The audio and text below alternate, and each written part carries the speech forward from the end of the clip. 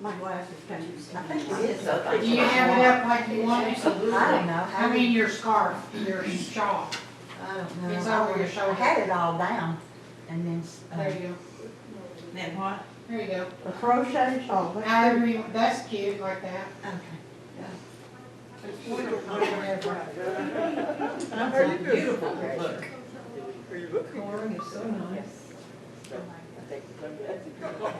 that's why yeah. Another group? Since our mail is Usually Yeah. in the area that knew what you do. You flew in. Get the library or. even with my 2-inch heels.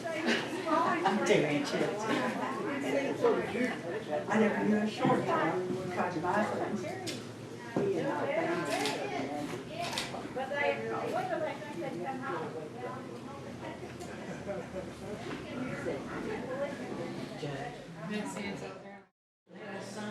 And this is Mickey Mouse. Hello,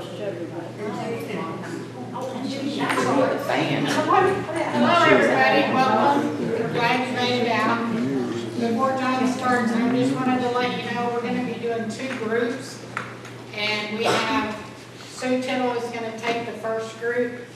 And Harry, when he gets here, is going to take the second group.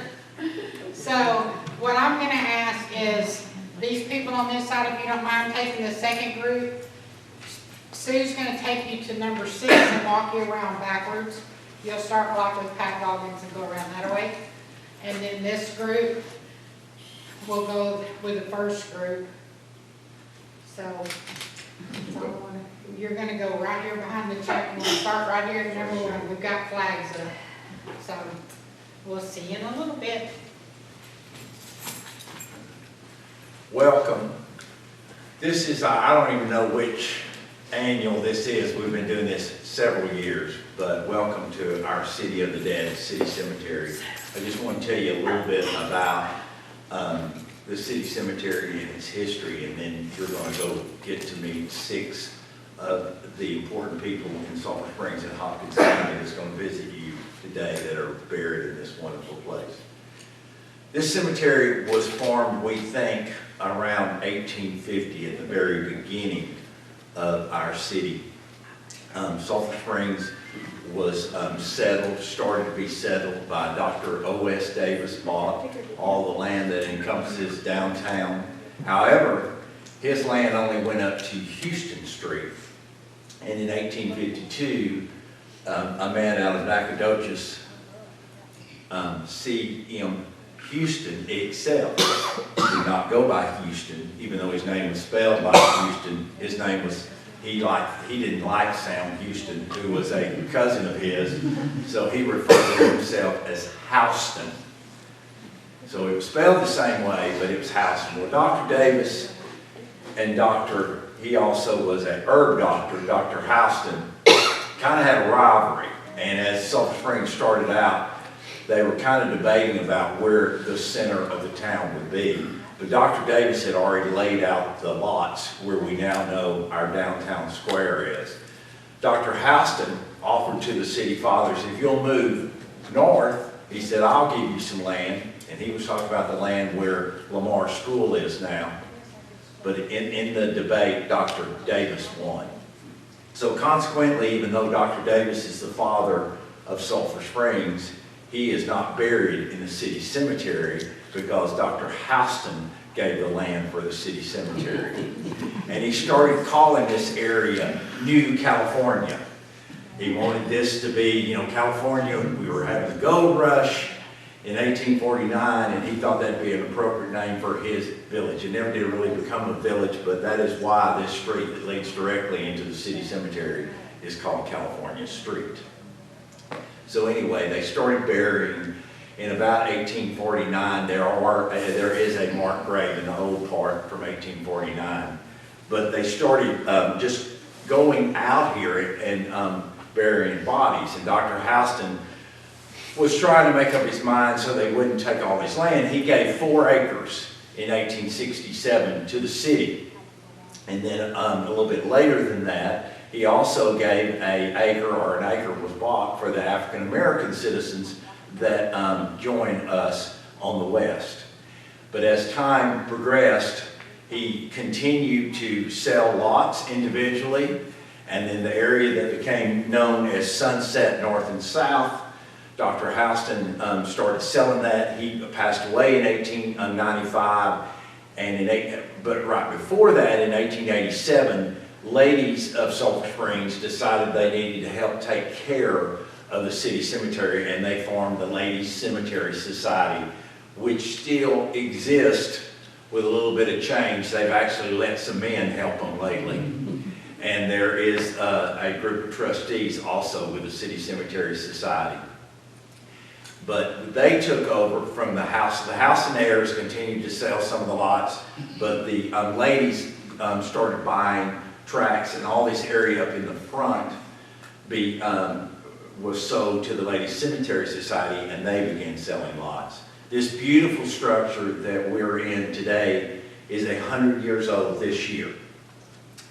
It is the Myra Wilson Chapel, and the reason why it's called Myra Wilson is Myra became president of the Ladies Cemetery Society in the 1890s and would remain the president for 40 years.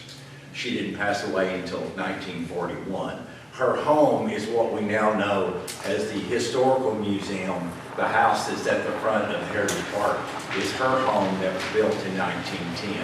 But this funeral chapel was built in 1923 and was used by a lot of individuals that instead of maybe at the church, the funeral home parlors were just kind of started so people would bring and have services out here. Later on, after both Taps and Murray Funeral Home were established, sometimes out-of-town visitors would come here and have their ceremony.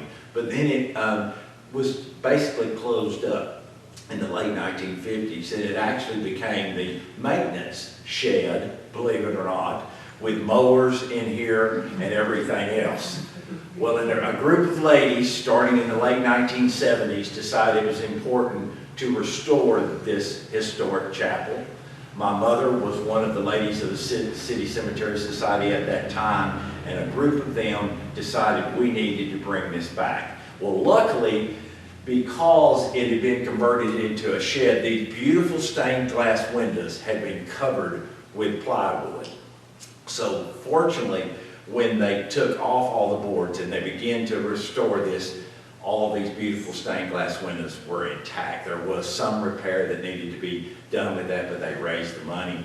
And now this is also used again as a wonderful place that a lot of people that come from out of town or they choose to have ceremonies, funerals in the Myra Wilson Chapel. We, as the Genealogical Society, are very grateful to the Cemetery Society for being our partners. Anita is here today. She's the president of the society, and she graciously opens the chapel for us so we can come in here and visit. We are excited. We have 6 people that you're going to visit today that are going to tell a short story of their life. So enjoy yourself. The weather's wonderful. We've been out here when it's been very cold. We've been out here when it's nearly been raining. So we have a wonderful November day after Veterans Day to share with you. So Rhonda, I guess she's outside. We'll get the group started. Bear with me just a second.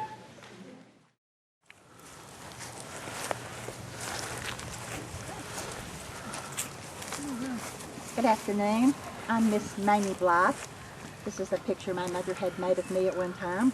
I'm known as an old maid school teacher or a spinster, just like my sisters, Thula and Mally. You know, I've never really liked either of those terms. I think I prefer something like single career woman. Yes, that's much better. Maybe that will catch on someday. When my father, Robert Samuel Blythe, was just out of law school in Illinois, he moved to Sulphur Springs, as did several of his relatives. He soon met my mother, Mary Jane Robertson, and they married November the 12th, 1874. Their first child was a little boy who passed away shortly after birth. His headstone is right there on the corner. The Blythe name would not be passed on because the next came 5 girls in 15 years. I was the first, and then my sisters Mally, Thula, Juliet, and Edith. Little Edith was just 14 when her father passed away in 1904, and he is buried next to her. Two of my sisters married in the 20s. Edith married Mr. Smith, and they and their two young sons have always lived in the house with us. Juliet married Mr. Keene, and they had no children. Juliet was the only one of us to leave Sulphur Springs. She and her husband lived in Tulsa, Oklahoma, and Nashville, Tennessee. After he died, she moved back to our home. She was severely injured in a very bad fall. She was sent to Dallas to a convalescent home, and after 2 months, she passed away. She was 84 years old. And one of us so-called old maids, at the ripe old age of 36, married Robert Calhoun. Just 4 years later, at age 40, our sweet Mally passed away. They had no children. Mally is buried right here at this area. Let's see. Here is a picture of our lovely home on College Street, 322. It's still there. It's been redone and it looks beautiful. We spent many a day sitting around on that front porch, just singing and joking and talking girl talk. Over the years, we watched the building of a beautiful home next door where the Elliots live, and Houston School across the street, and later on the Ashcroft home. Thula and I both became school teachers. Thula's actual name is Dorthula. It's an old family name. She taught grade school here and in Greenville, and I taught juniors and seniors here. I was a junior class sponsor. Well, all right, students, let's get on with our class. Each morning we begin by reading from the Bible, just a short verse, and today we're reading one of my favorites. This Bible is so old, I can barely hold onto it and barely see it. Proverbs 4:13, I can do all things through him who strengthens me. And I hope you will meditate on that all throughout this day. Now join me as we say the Pledge of Allegiance to our flag. I pledge allegiance to the flag of the United States of America, to the republic for which it stands, one nation, under God, indivisible, with liberty and justice for all. I always encourage my students to read the newspaper, and I know one of you paper boys were probably the one who threw it to me this morning. In this class, we discuss the current events that we have read about in the Sulphur Springs Gazette. Did you know the Gazette started publishing in 1862 and ended in 1928?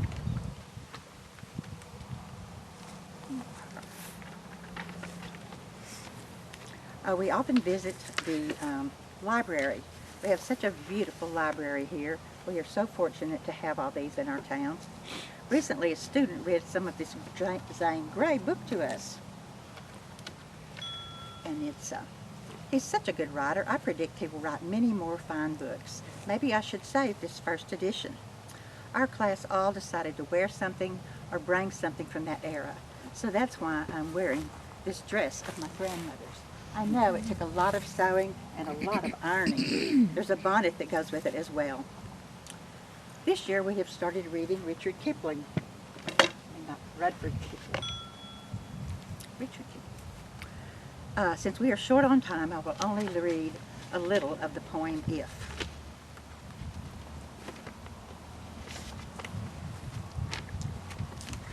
If you can keep your head about you when all about are losing theirs and blaming it on you, and you can trust others, trust yourself when all men doubt you, but make allowances for their doubting too. If you can wait and not be tired by waiting, or being lied about, don't deal in lies, or being hated, and don't give way to hating. So hold on when there is nothing to hold on, except the will which says, hold on. Many of our students are involved in publishing a yearbook. This 1923 yearbook was called High Life. And it has a great picture of our new high school, which cost $125,000 to build. In this 1923 yearbook, they had changed the name to the Highlander, and this is my faculty picture. I love to look at the pictures of the children that I have previously taught. Well, now it's lunchtime. Please get out your lunch and we will take a 20-minute break. I don't think the students will hear me, so I'll show you what I've brought. They're very new. Who would think something in a box could taste so good? It's called a Fig Newton. I can't let the students see it because it's so small, and I want it to last a long time.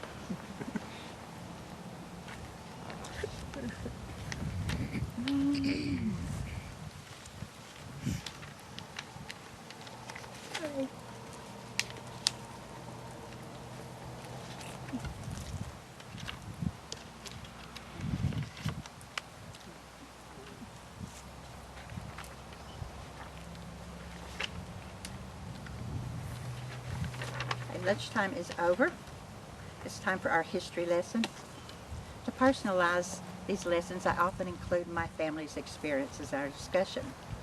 Grandfather Robertson was a doctor and served as chief surgeon in the Confederacy.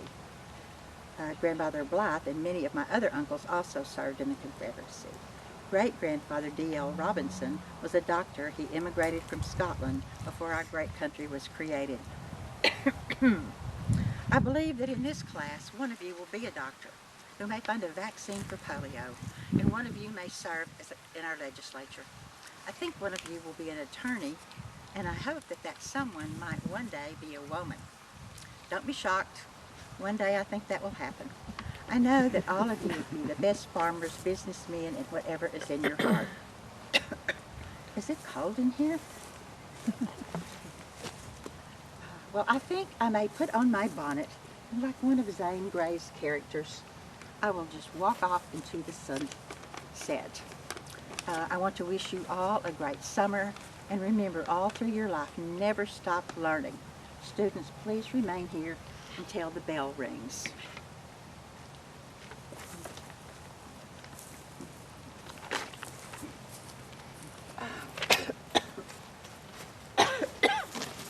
Students, can I have your attention? I'm afraid there's been some sad news for you. Your teacher, Miss Blythe, has passed away. She had pneumonia and it progressed rapidly. There was nothing that the doctor could do for her. She was 50 years old. She will be buried in the city cemetery near her family. Donations will be accepted by the PTA, who is establishing the Mammy Blythe Scholarship. This year, and for 50 more years, one deserving student will be the recipient of $125. I know how much she loved you, and I believe the last thing that she would say to you is never stop learning. Thank you, class. You're dismissed.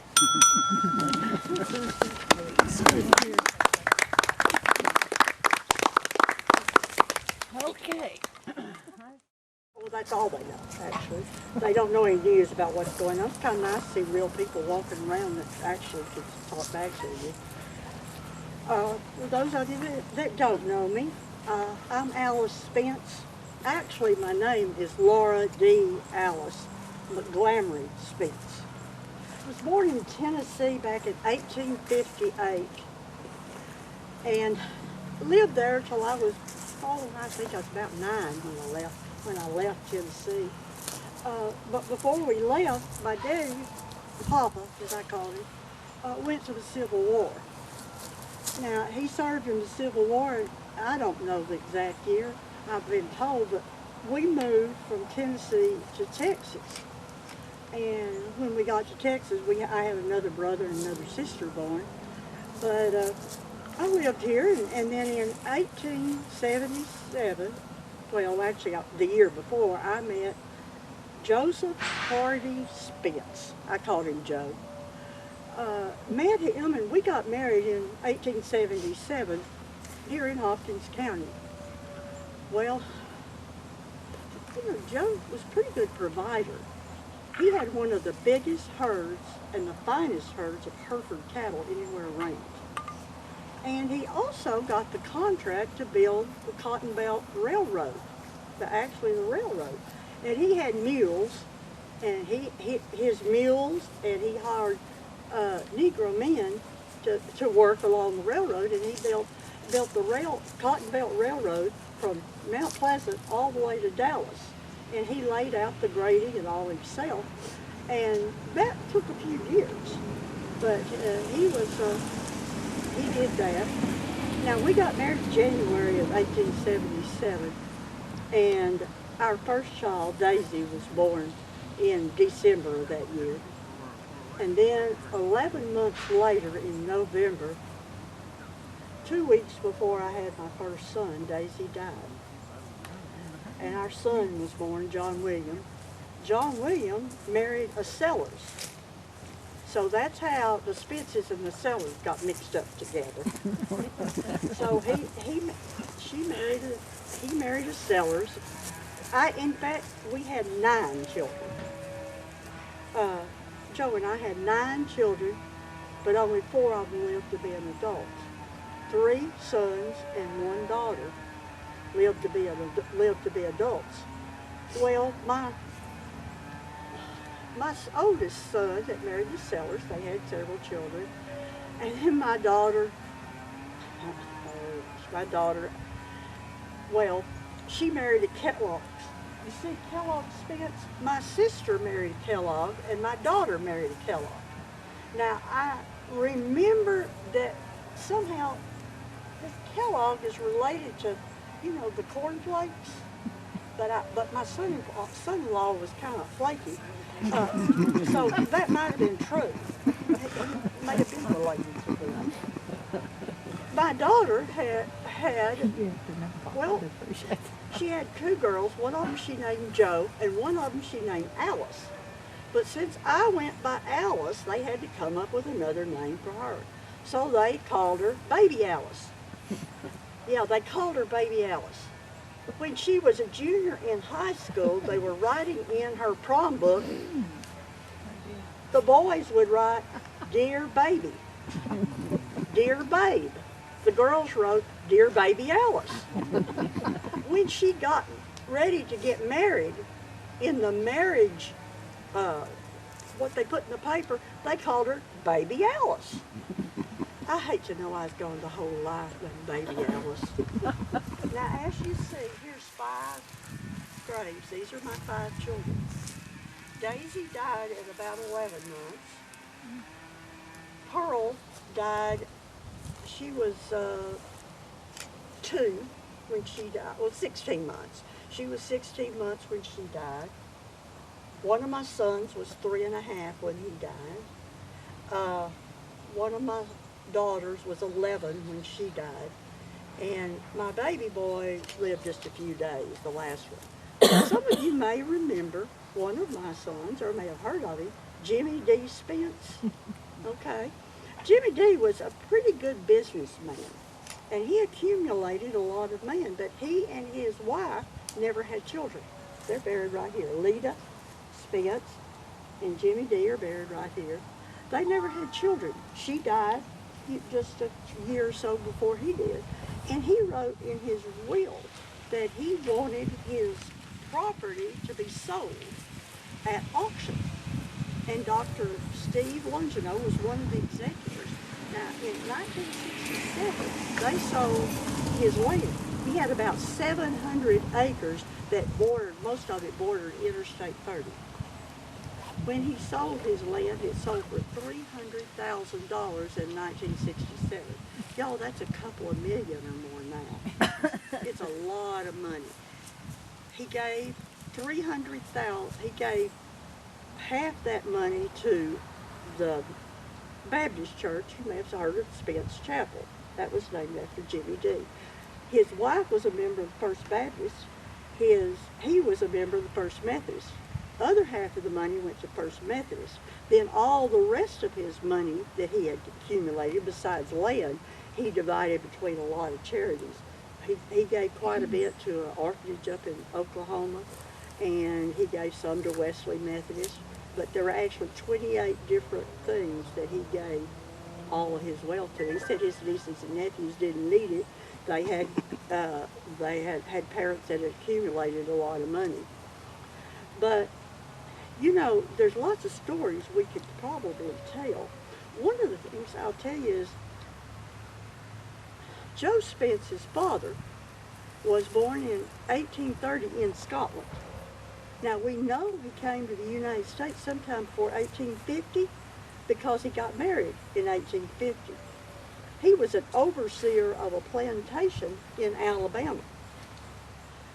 Well, he served in the Civil War. After the Civil War, there was not a lot of use for overseers.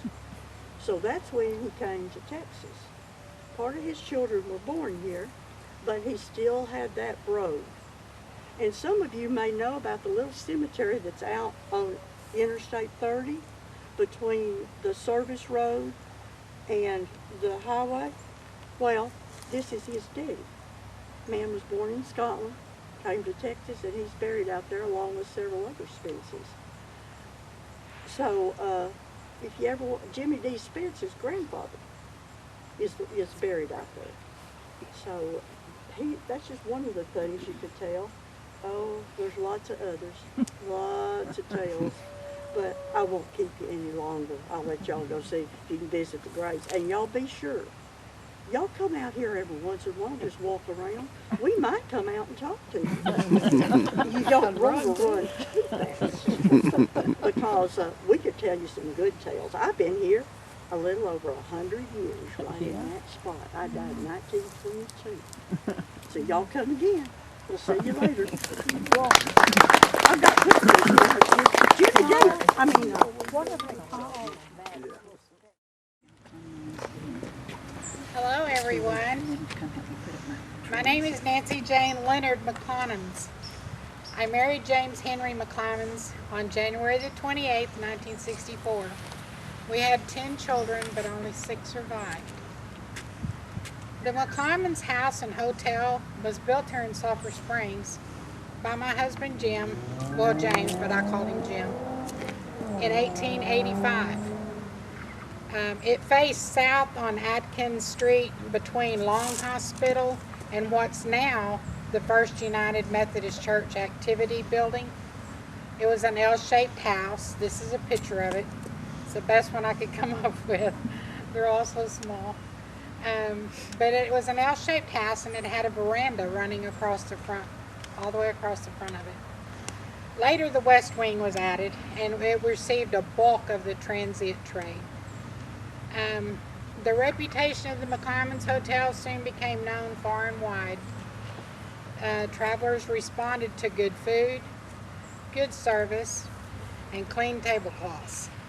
Everybody remarked about the clean tablecloths. Therefore, Sulphur Springs became a favored stopping place between Texarkana, Texas, and Dallas, Texas. For 25 cents, you would receive a meal that was an ample amount of food, but it would be like steak or bacon with eggs, fried potatoes, a 6-inch stack of hot cakes with syrup, hot biscuits, and coffee for 25 cents. Oh, it's pretty good back then. And then our Sunday dinner, they drew the largest crowd. The tables would be loaded with baked and fried chicken, beef and pork roast, 4 kinds of vegetables, salads, baked pears and apples, and hot rolls, biscuits and cornbread, and for dessert you had pecan pie, chilled boiled custard, and assorted cakes with homemade ice cream. And we only charged 35 cents for the Sunday dinner. That was wonderful. And we only used Heartland china with pink roses because that was my favorite. We used pearl handled silverware. We used crystal glass that graced our tables. So that's why the crowd liked it so much. I'm going to share a couple of pictures with you. These are pictures from outside of the hotel. Our early guests of the registers were well-known locals. I'm going to show you another one there. These were actual photographs that I was able to copy that we had in our archives. Our early guests would register local famous people, politicians who came to stay at the hotel. It was like a who's who of the old-timers of Sulphur Springs. People like John McDonald, Mamie Hurley, Ham Buford, Even Senator Tom Conley came and visited Representative Eugene Black, and let me tell you, there was many political and doctrinal arguments that took place out on that long front porch. But then there was a theatrical company from the gay 90s that played in Sulphur Springs. Among them, which starred the romantic couple like Albert Taylor and the black-eyed dashing Gertrude Ewing. And then there was Dale Carnegie. He came. And on the register of the also was a journalist, and his name was Ted Dealey. And you might know Ted Dealey. It was Edward Musgrave's Ted Dealey. He was a journalist for the Dallas Morning News for his father, George Benjamin Dealey. He was a civic leader and early publisher of the Dallas Morning News, whom the Dealey Plaza in Dallas was named after. They had went and appeared in a court trial involving the Dallas Morning News, Judge J.C. Muse, and then also was the famous Texas Ranger, and I bet everybody knows him, right? If you don't, his name is Frank Hammer. He's the one that tracked down and killed Bonnie and Clyde. Even though the register had been lost and it's not been found through the families or anything, a lot of the elder people here in town could remember everybody that was on our register, tell the stories about it. And so it was just fun to share. But things started falling off for the drummer trade, and we were getting tired and we were getting ready to retire. So we decided to sell the hotel. Well, and then along come 1920, I passed away. Jim died in 1930. And the owners of the hotel decided, with the Depression and everything happening, that they were going to tear the hotel down. They tore the hotel down in 1939. After the Depression years, things started changing. People were doing really good in Sulphur Springs. They started buying cars. The tourist courts started being, built. It was their heyday for the tourist courts. If you remember any of those kind of things, they were all over everywhere. You could just, like family-owned little, camping places.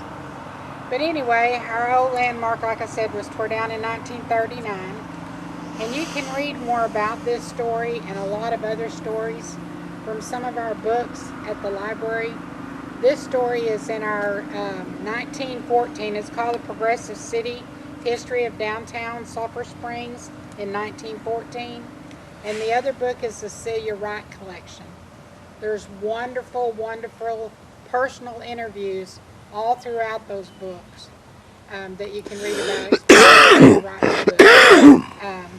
But we invite you to come by the library. These books are up for sale if you want to purchase, if you just want to read about them and learn more about the story. And it's really good knowing about the history. But I would like to thank you all for stopping by and visiting today. Thank you. And Sue's going to take you right over here to where we're going to gang up right here at the middle part, so you can walk slow. But Well, thank you for coming to hear me, Mrs. Will Patrick. But starting a bit earlier, to let you know, I was born Ethel Louise Friedman, born in 1876 in Alton, New York, as was my sister, my mother Josephine. We were all from New York, but with those names you would think we were already in Texas. But anyway, New York we were. My dad was born in Burlington, Iowa, and he made his way to New York, but he had worked in a cigar factory. Maybe then people didn't know what those risks might be, but he ended up as a person in very poor health. And he ultimately ended up selling sewing machines, which might have been pretty handy for my mother because she was a dressmaker. But we couldn't continue to stay in New York because his health was so poor, and it was recommended that he would probably do better in Colorado. So the whole family was moved to Colorado. But even that wasn't enough for him. And it was recommended that he move to San Antonio, Texas. Now, how, you get moved from New York to Colorado and then to San Antonio for the weather, not sure about that. And actually, he ended up dying in San Antonio. And my mother could continue to make a living for us because, again, as a dressmaker, but she met a very nice man, Christian Sherwin, and they had a daughter named Gladys, but he had been married before. He had an adult son, and he came to visit us. And my sister, who was older than I was, she fell in love with him and married. They had a daughter, Madge. Now she and I are not only sisters, we're sisters-in-law. And so my stepfather was a very talented man. He was a latherer, he was a plasterer, he was a decorator, and he heard that the Methodists up in Sulphur Springs were building a brick church. So he moved the whole family up there. So he worked on that church until it was finished, 1893. Well, after that, he worked on the courthouse. After that, it was the jail. So this is a man whose skill was certainly in need. Well, then he hears that over in Commerce, they're building a hotel. So he moves the whole family over there. Maybe he worked himself to death because in 5 years he was dead. But my mother remembered Sulphur Springs so favorably, she just gathered up the family and moved us to Sulphur Springs. And that was where I met Will Patrick. We were married, I was 19, and in 1 year we had our daughter, and she was born on my birthday, January the 7th, in the old Patrick homestead, 437 College Street. Now my husband rebuilt later for me, but that house is there for you to see today. So, now my husband, he lost his dad when he was pretty young. He was a Confederate soldier in the Civil War. He moved back. Now, things were still called Bright Star at that time. He was shot dead on the square by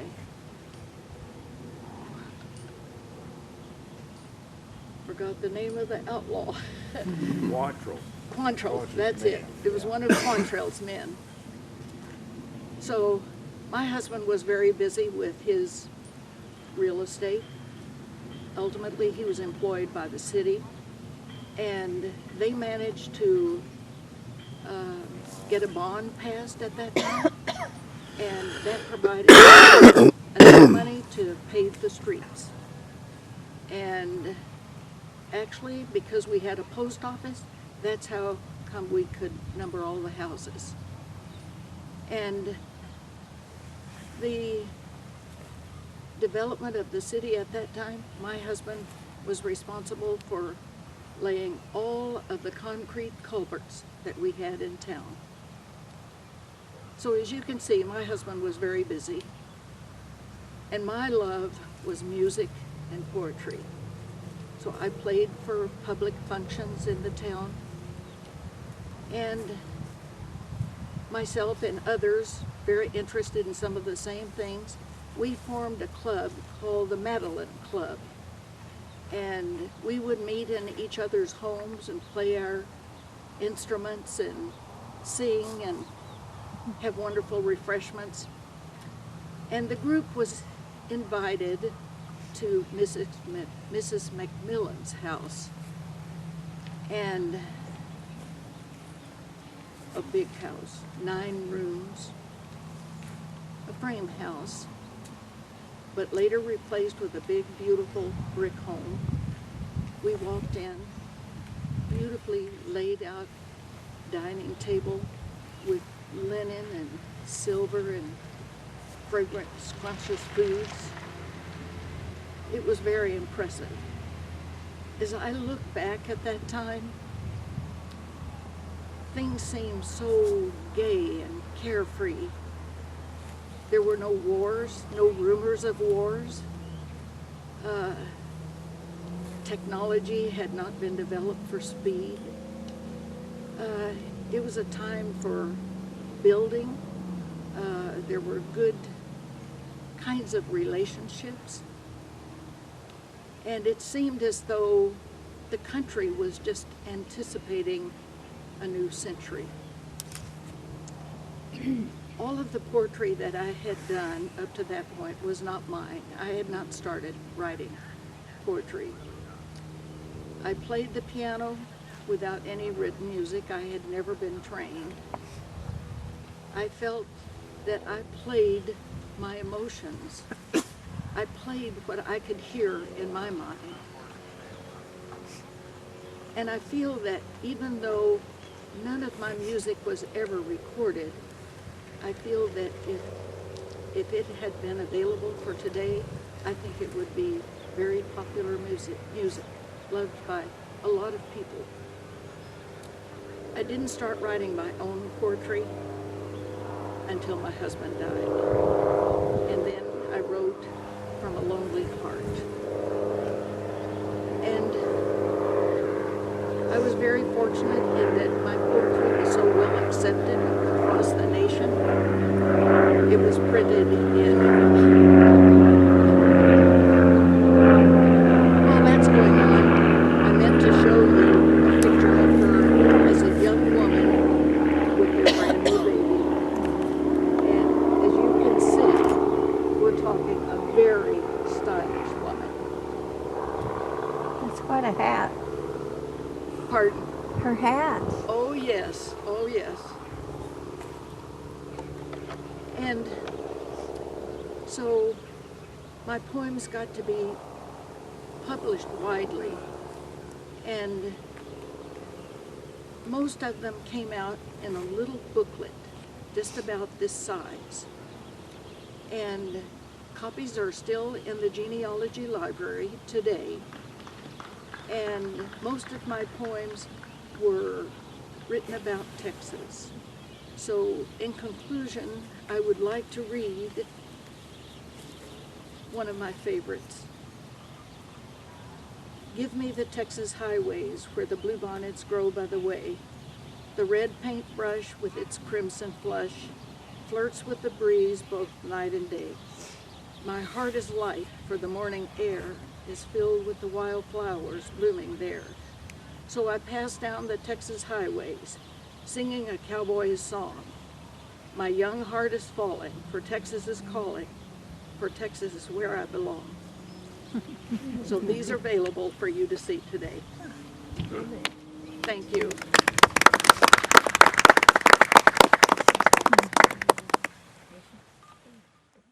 Forget good judgment. Okay, welcome. My name is Judge Dozier Thornton. I was born in Macon County, Alabama on the 22nd day of July, 1863. Now, as any of you good historians know, that was during the Great War between the states.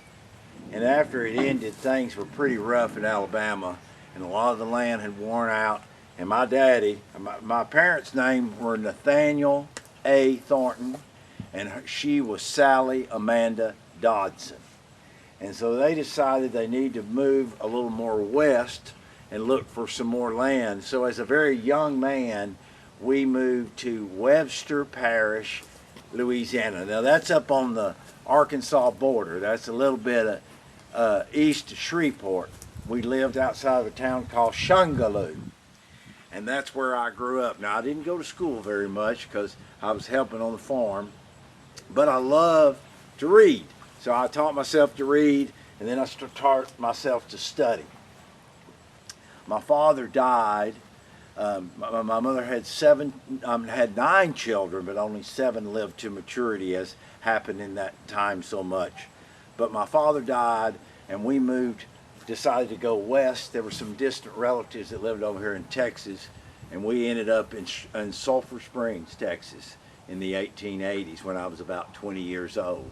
I learned the tailor trade, and I began to have a tailor business. Had a little office on the south side of the square, but I still was not through learning. I wanted to read more, I wanted to study, and I decided I wanted to become an attorney. Now, in that day and time, you didn't have to go to school to be an attorney, but you had to study the law and you had to pass the bar. So in 1893, I was able to take the bar exam, and I passed it. I was 30 years old, and also that year was a really good year for me. I also got married to a local girl. Her name was Maggie Putman, and we would end up having 4 children. All 4 of them are resting here with me today.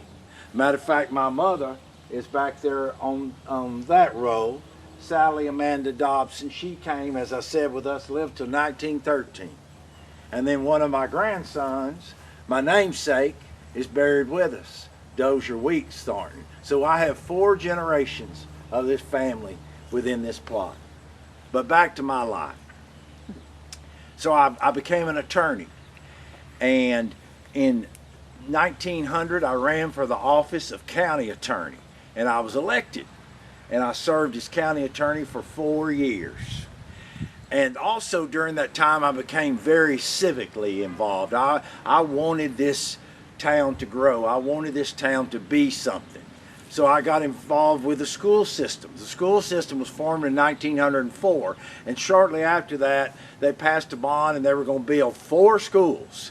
There had been some old wooden buildings, but we wanted 4 new brick schools. So we built a high school here on what some of you know as Lamar Elementary.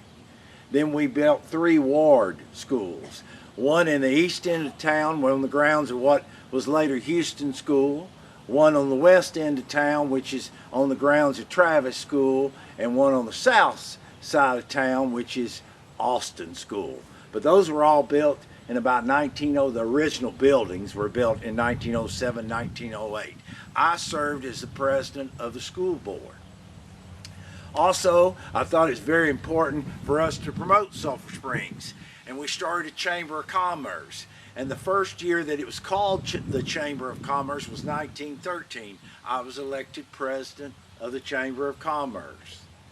I was a member of the Oddfellows Lodge here. I was a member of the Elk. I love, because of my study of law, but what I really enjoyed about the law is practicing and having cases in the courtroom. I love to speak, and they would use me a lot of times to speak, to give addresses at the Old Settlers Reunion, at gatherings, when we were trying to promote new roads. You know, Sulphur Springs, we finally got the square paved in 1915. Also during this time, my son, Emmett, wanted to learn the law also. So he went off and studied a little bit, and then studied the law, took the bar exam when he was 19 years old, and passed the bar, and was the youngest attorney in the state of Texas at that time. And we started practicing together. Thornton and Thornton owned a building on the south side of the square. It's not there anymore. It's where that title company is now, but my building was in that area.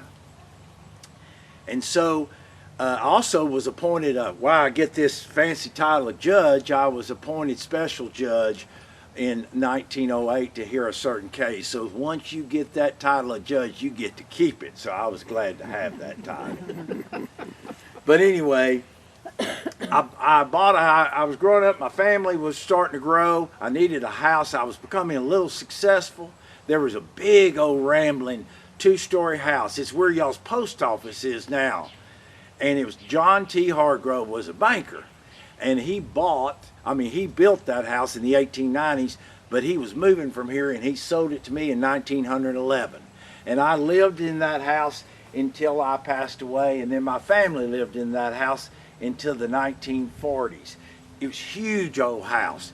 Well, a family by the name of, they decided by that time, being that close to town, it would probably be a good boarding house. That was happening to a lot of our old homes here. And two boys by the name, you might have heard or know of them. I believe they were Sellers. One of them's name was Grover Sellers and one of them's name was Hodge Sellers. But they bought that piece of property.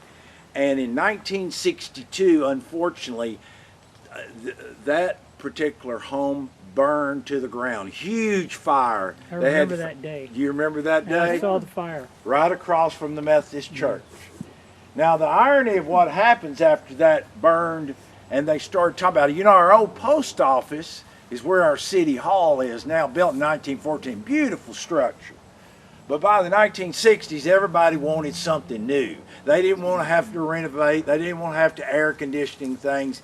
And that post office building was getting old. So they applied to the federal government and said they needed a new post office. And there got kind of to be a contest about who was going to get to sell to the federal government. Well, if you know anything about Grover Sellers, he was a little bit involved in Texas politics.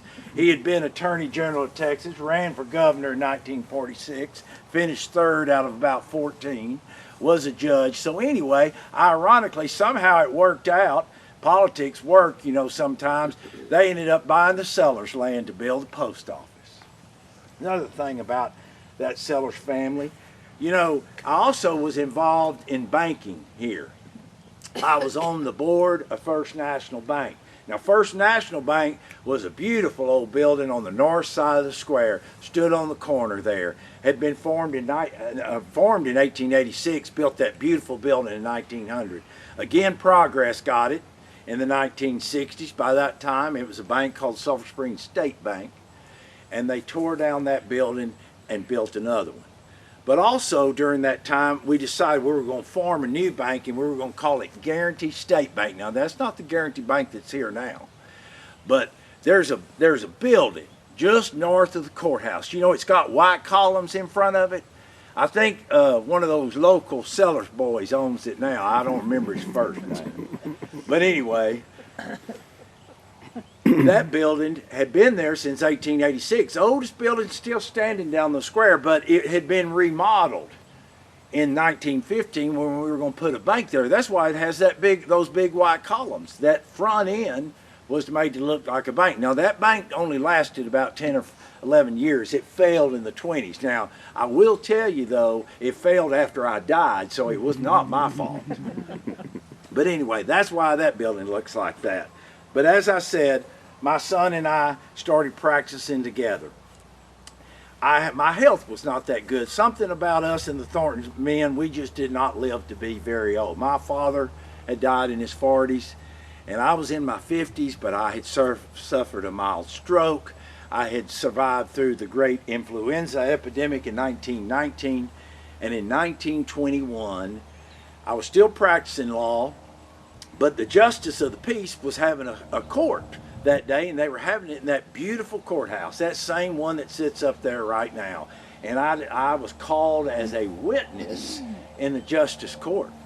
So I went to the court that day, sat in the witness stand, was sworn in, and they started questioning me, and all of a sudden, I reared back and died right there on the spot in the county courthouse in 1921. Dropped dead to the ground. And then they brought me out here. My wife survived a while after me, and as I said, all my children are here. We were very proud of our time in Sulphur Springs, and still that we have some people that are connected here.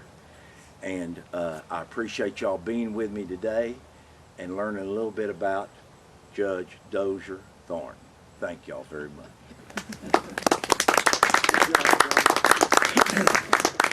I think y'all got one more right there. One more. I'm Catherine Freiberger Moe, and I'm nicknamed Kate. I was born on February the 27th of 1866 in Carmi, Illinois. My father was Diedrich Freiberger, and my mother was Christine. And they were both from Germany. And so we lived in Illinois, and when I was young, and I came to Sulphur Springs when I was about 19 for a visit. And while I was here, I met Marcus Moak. Well, let me tell you a little bit about my friend Marcus. Marcus was born on January the 11th of 1850, so he was a little older than me. When only a boy of 16, he left his home in Germany and he came to the United States. He could not speak a word of English. And so he landed in New York City, and that was in 1866. But so he bought himself a German-English dictionary, and that's how he got along. He was a bootmaker by trade, and he had brought his bag of tools with him. And I want to tell you, that bag of tools opened many doors of opportunity for him. In 2 or 3 years, Marcus decided to move to Cleveland and to be near his brother. Then he moved on down to St. Louis, Missouri, and later he came down to Jefferson, Texas. Well, while he was in Jefferson, Texas, that's where he first heard of Sulphur Springs. So Marcus decided to visit Hopkins County, and he came by stagecoach in 1875. And when he got to the town, he liked it so well, he decided to stay. What's not to like about it? Anyway, he made his home in what is called the McClymonds house. Marcus opened a shoe store in a wooden building at the present location of Foster's store. He was a master craftsman and bootmaking, and he also had a great part of the local business. And so by 1880, Marcus moved into his own brick building, and that was the brick building down on Main Street, on the south side of Main Street. Many of you probably remember it. There was an opening there by the building. So, as long as he remained single, he lived in the store, and the little room he occupied in the store remains in the building today. Upon opening the new store, Mr. Eichard was hired. He was his clerk and also a repairman. And so this is when I came into Marcus's life. Like I said, I came for a visit in 1885 to Sulphur Springs, and that's where I got acquainted with Marcus Moak. And when I returned back to Carmi, Illinois, we continued to correspond with each other. And in June of 1888, 3 years later, he came up there and asked me to marry him.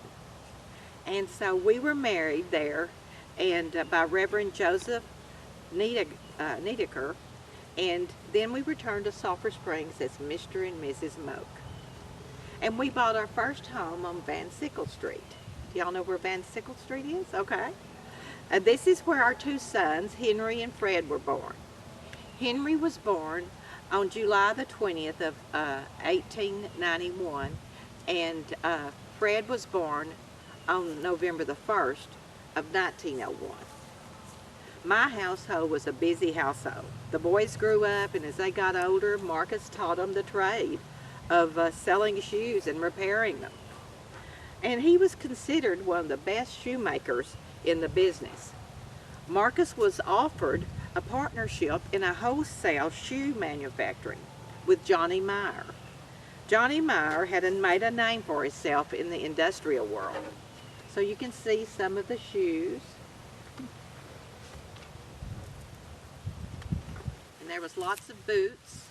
And if you look closely at this picture, you can see all the shoes inside the store. So Marcus accepted this proposition, and we moved to St. Louis. But soon, Marcus found out that he preferred the quiet life and the friendships of a small town, Sulphur Springs, so we moved back. Upon returning to Sulphur Springs, he took up the threads of the business again. Marcus became a volunteer member of the fire department. The badge issued to him by Fire Chief Theodore Wiggers has imprinted upon it the likeness of an old-time hand-drawn fire part with the inscription SSFD Ladder Gang No. 1. We became interested in all the community affairs. We played bridge weekly, and we joined in all the social and civic groups. And in 1913, Marcus and Dr. Long bought adjoining lots on Davis Street that had commonly been a favorite stopping place for carnivals. The lot already had held many memories for the children. And when we decided to go ahead and build a 2-story home, it was a short time later. The grass under the old oak tree in front of the lawn today can be found cinder shed by the old-fashioned steam-powered merry-go-round that used to play its tunes under the shade of the tree. Our son Henry took an interest in the shoe repair business, and later he became a radio and television repairman. And our son Henry also was a member of the First Methodist Church and the Bishop Ward Sunday School class. Well, I was ever so proud when Henry married Vera McCauley in Sulphur Springs in 1916. They eventually gave us grandchildren, a granddaughter and a grandson. But on March the 30th of 1916, after suffering from a long illness of tuberculosis and cancer, my dear husband passed away there on Davis Street in our home. Yes, for many months, Marcus' health had been on the decline, and there was no hope for restoration. He was a quiet man, and those who knew him best loved him best. Marcus was successful for 22 years, and he enjoyed the highest esteem and confidence of the public. After his passing, I continued to live in Sulphur Springs with my family. He never knew about our son Fred joining the service or being in the service. On February the 16th, he had to register in 1942, and he served our country in World War II. Fred later married Christine and began a business in furniture restoration. Both of our boys had become men with great work ethics, and you know what? Their father would have been very proud of them. Well, on February the 9th of 1946, just short of 80 years, I passed away.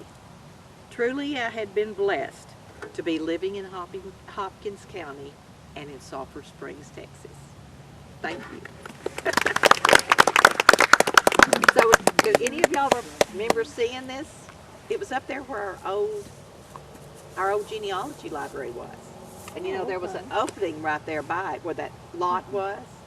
And you said Foster's. Was that you or was that I somebody said else? Foster's. Yeah. The Yeah, Foster's I department kind of store? remember that. Can connect Foster's. that to that. It was there by Marcy. My You know, daughter Marcy- worked up there. Oh, she did? Yeah, she Okay. said them men come in with them stinking feet and she'd have to put boots on them. Really? Oh my goodness. Yeah. Well, I forgot I was going to ask you something and I lost it. but this is inside of the shoe store when he had it there. And he lived there in the store until he married, and then they, you know, they got a house. But yeah. So where was the other son buried? Well, You know? that is Fred right over there. Oh, Fred's over there? Uh-huh. Okay. Yeah.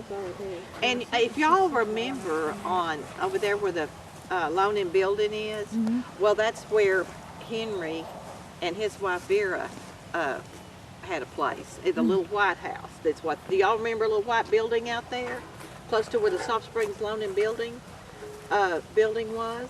Does anybody remember that? I don't. No? Okay. Well, John informed me about that, so that's how I found out about it. But I know it was on Davis Street. Yes.